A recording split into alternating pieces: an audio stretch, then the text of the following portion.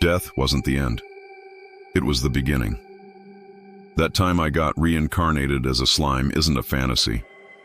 It's a transformation story about what it means to build, protect, and ascend beyond humanity itself.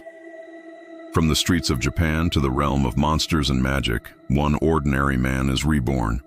Not as a hero, not as a demon, but as a slime, the weakest creature imaginable. Yet inside that humble form lies a destiny that will shake the gods. His name was Satoru Mikami, a 37-year-old salaryman living an empty life. One tragic moment, a random stabbing on the street, and his story should have ended. But in another world, the laws of death are rewritten. He awakens as a slime, nameless, faceless, yet overflowing with power. Inside his mind, a voice speaks. Great Sage, activated. That voice becomes his guide, his logic, and ultimately his divine weapon. The creature that once absorbed dirt now devours magic, knowledge, and souls themselves. Rimuru quickly learns that this new world is not a paradise. Humans fear monsters, nations clash, and power decides justice. But rather than destroy or dominate, Rimuru chooses to unite. He befriends goblins, ogres, lizardmen, and dragons, creating a community where strength and kindness coexist. His first great ally, Veldora, the storm dragon sealed for centuries. By befriending Veldora, Rimuru gains divine magic and a friend who becomes the symbol of his new nation. Slowly, he builds the Rimuru Tempest Federation, a land where monsters live with purpose. But peace comes with a price. As Rimuru's power grows, so does the fear of the human kingdoms. To them, he's not a savior, he's a threat.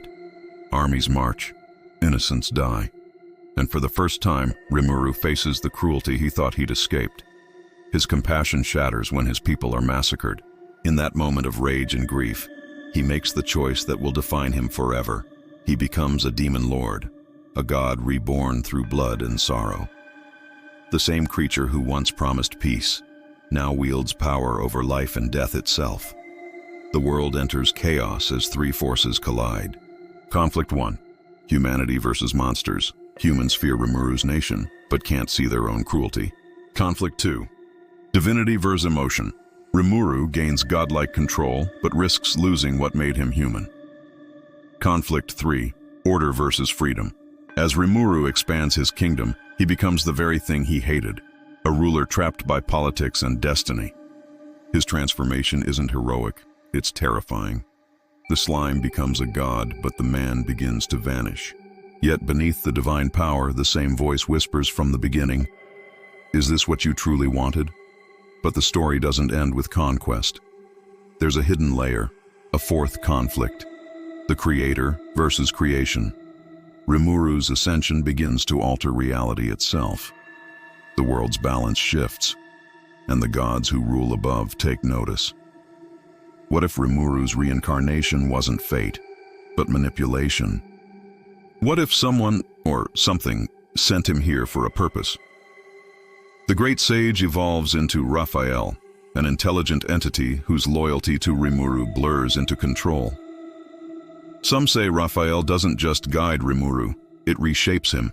Every choice, every war, every death may be part of a cosmic experiment. What happens when a god realizes he's a pawn? Rimuru now stands between worlds, neither human nor monster, neither mortal nor divine. His compassion makes him a savior, but his power makes him unstoppable. Heroes rise to challenge him, empires tremble, even gods hesitate.